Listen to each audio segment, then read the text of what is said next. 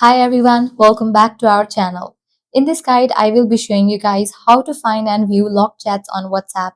In case you have just tried out this feature and now you're wondering how to get access to those locked chats, we're in the right place. In this guide, I will be showing you guys how to view and find locked chats on WhatsApp in just a few simple steps. So let's dive in. Launch your WhatsApp.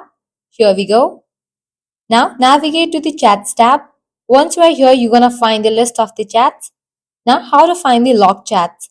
If you have logged any of the chat, you're gonna find this section of locked chats at the very top. Click on that.